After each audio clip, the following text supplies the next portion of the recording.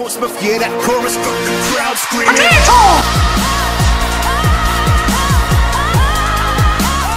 Potato! Welcome guys to, as you can tell by the title, another WWE predictions video, and this one is on WWE Backlash, which is currently out on Sunday.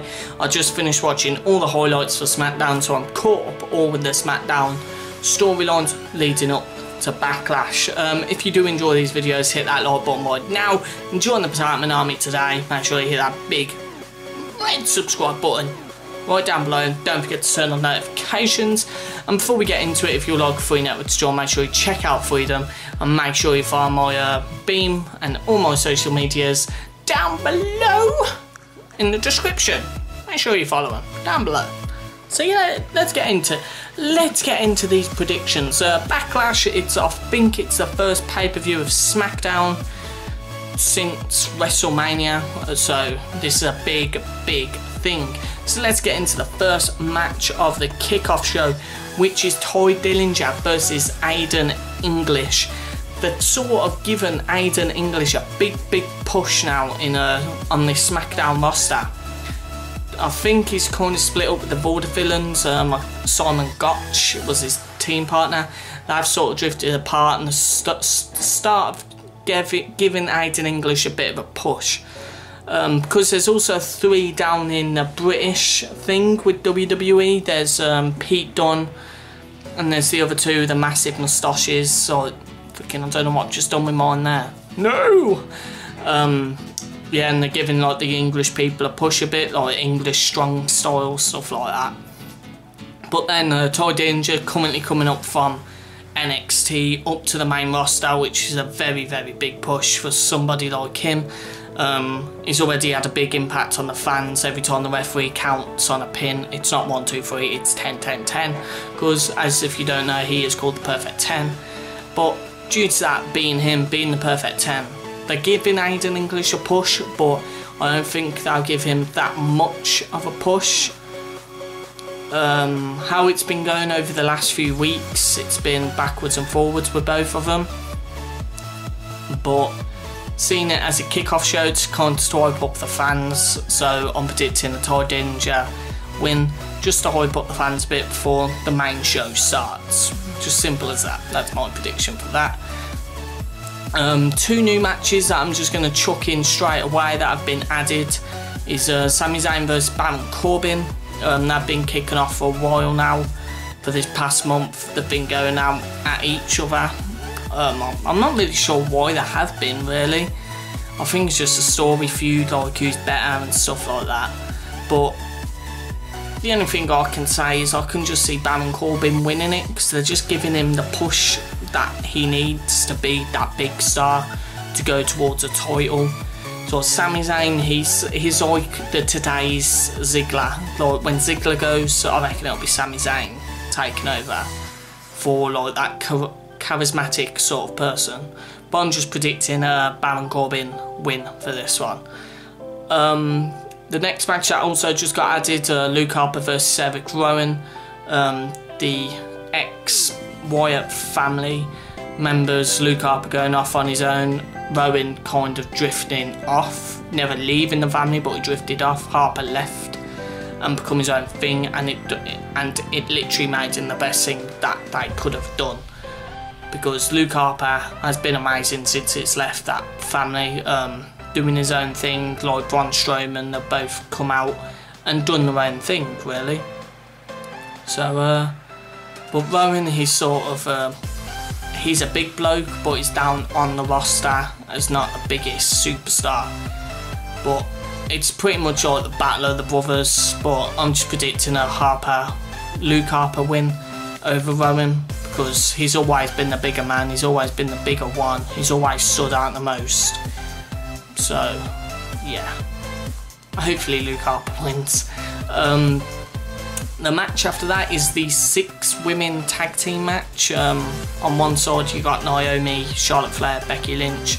The other side you got Natalya, Carmella, Tamina, Ellsworth, because he's always running around him like a little fucking hamster.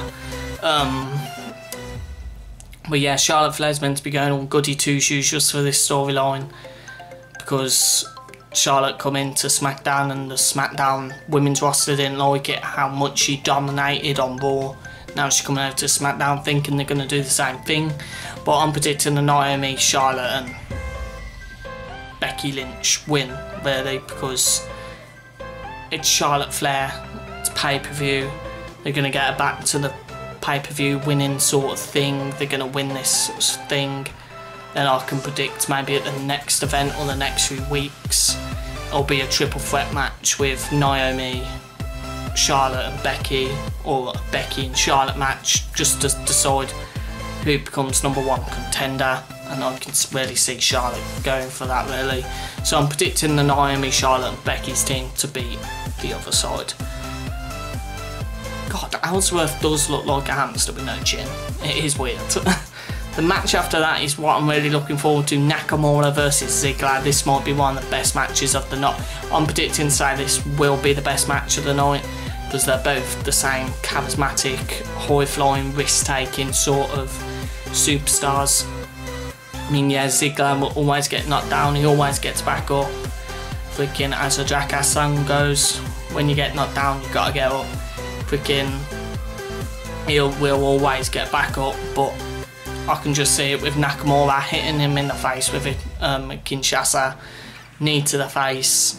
It's Nakamura's first main proper pay-per-view, his freaking main roster pay-per-view. They're not going to let Nakamura lose this one. Nakamura's too much of a beast to lose to Ziggler anyway, so. The match after that is Owens versus AJ. This one's been playing on my mind for a while, thinking who would win it. Owens is at the United States before, they're going to keep letting him win it. But I think now they're giving that push to AJ to win a major title. Yes, he held the WWE title, but not for that long because of Cena. Cena with the title, fucking joke. But this is a really hard one, because I think they're just going to be simple and let Owens win. But I want to see Styles win. So I'm predicting Styles to get one over on Owens on this one. And obviously Owens to maybe freaking come out and get a rematch at Great Balls of Fire. What a stupid pay-per-view name. But yeah, because I think they can drag this rivalry out for a while, seeing as Jericho's out for a bit. And yeah, I think AJ will beat him, and then it'll carry on to Great Balls of Fire. So AJ Styles beating Owens for the United States. The tag team titles, Usos versus Xango. This is a very interesting one, because they have pushed the Xango team onto us like they did with New Day, and they just kept shoving it in our face. And now I like them, I find them funny. Yeah, it's a bit freaking all a bit cheesy, bit, you know, but yeah, they have been a good team, but I don't think they're going to beat the Usos. I reckon the Usos they're going to put up a good fight with the Usos, but I reckon the Usos just going to another team knocked down. Next one, please. So, but this is going to give Breezango that title push that they need, or maybe it could turn with a split. But you can't see that happening. I think it's just to show that Breezango are there, they are a decent team. I think maybe when the Usos have beaten, they'll show respect to them or something. Then the final match of the night, Randy Orton versus Jinder Mahal for the WWE Championship. Jinder Mahal has really come up through the ranks as one of the biggest superstars.